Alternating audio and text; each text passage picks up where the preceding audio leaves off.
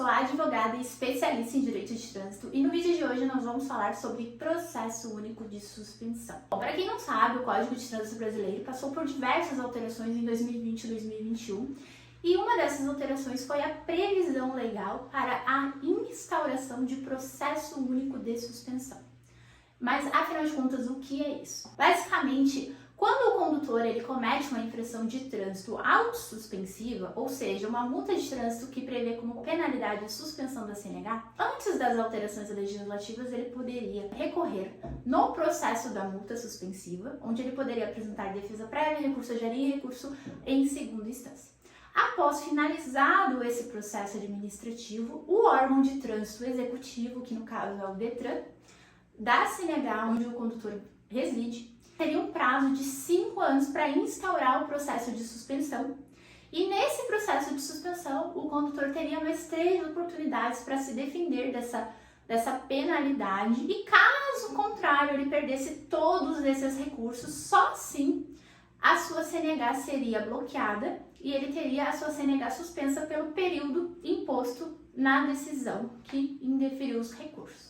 No entanto, com as alterações feitas no Código de Trânsito e regulamentado pelas resoluções do CONTRAN, já está em vigor há alguns meses a normativa que estabelece a instauração do processo único de suspensão, que nada mais é a possibilidade de quando o condutor cometer uma infração autossuspensiva, esse processo da multa e de suspensão correrem no mesmo processo. Então, diferente de antigamente, onde o condutor poderia recorrer no processo da multa 3 vezes e até 3 vezes no processo de suspensão, agora o condutor poderá recorrer apenas 3 vezes, porque tanto o processo da multa como o processo de suspensão é um processo só, por isso o nome processo único.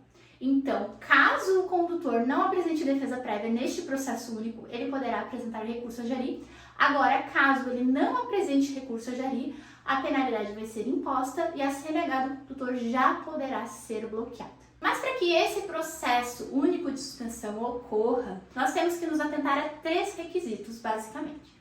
O primeiro deles é que essa multa que ele cometeu seja uma multa autossuspensiva. Então, tem que ser uma multa que tenha a penalidade de suspensão. Então, pode ser recusa ao bafômetro, excesso de velocidade acima de 50% hora, malabarismo, arrancada brusca, dentre outras infrações que prevêem como penalidade a suspensão do direito de dirigir. Este é o primeiro requisito. Já o segundo requisito é que este condutor que cometeu a infração seja também o proprietário do veículo. Então, se eu possuo um veículo e eu empresto esse veículo para um terceiro e ele comete a infração autossuspensiva, não se aplica o processo único de suspensão. Agora, se eu tenho um veículo e eu cometo uma infração autossuspensiva, o órgão vai poder aplicar o processo único de suspensão e no mesmo processo já tratar da penalidade da multa e da penalidade de suspensão. Este é o segundo requisito. E o terceiro requisito é que essa multa seja lavrada pelo órgão executivo de trânsito. Ou seja, se essa multa for lavrada pelo Departamento Nacional de Trânsito, DETRAN, poderá ser instaurado o processo único de suspensão. Então, é muito importante observar se no seu estado já está sendo aplicado o processo único de suspensão, porque caso já esteja sendo aplicado, você tem que orientar o seu cliente que caso ele não apresente o recurso AGERI, após a finalização do prazo para apresentar o recurso AGERI, o órgão já vai poder bloquear a CNH dele e ele já não pode mais dirigir qualquer veículo, sob pena de ter, inclusive, a sua CNH cassada. Fora também que você deve cobrar os honorários correspondentes a um processo de suspensão, porque, na verdade, mesmo você estando recorrendo da multa, você também já está recorrendo da suspensão. E por que eu falo que você tem que entrar em contato com o seu estado e verificar se já estão sendo aplicados? Porque aqui no Rio Grande do Sul, que foi um dos primeiros estados a começarem a aplicar o processo único de suspensão, as notificações estão vindo como notificações de multa. Ou seja, o condutor ele recebe a notificação como se fosse para apresentar o recurso, só que quando nós vamos verificar no sistema, nós já conseguimos verificar que já teve a instauração de processo de suspensão e que, na verdade, aquele processo é único. E nós vamos conseguir identificar isso no extrato da infração, onde após a lavratura do auto de infração, logo a seguir, no próprio extrato, já vai estar dizendo que foi instaurado o processo único de suspensão e tem ali do lado o seu número.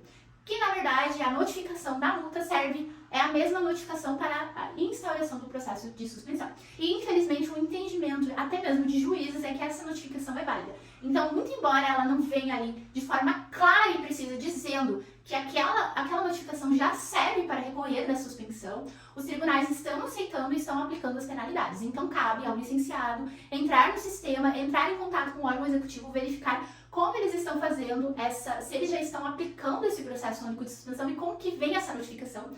Porque caso for da mesma forma que está sendo aqui no Rio Grande do Sul, as notificações estão vindo de formas normais, sem muitas informações, e a penalidade está sendo aplicada igual. Então, o que eu oriento a fazer é você verificar sempre que você pegar uma multa autosuspensiva, onde o condutor e o proprietário sejam a mesma pessoa, e se essa multa for lavrada pelo Departamento Nacional de Trânsito, verifique se já não há existência do processo de suspensão, porque se houver, trata-se de um processo único de suspensão, e a mesma defesa para discutir a multa vai ser a mesma defesa para discutir o processo de suspensão, onde o condutor não terá mais oportunidade para defesas na esfera administrativa, somente na esfera judicial.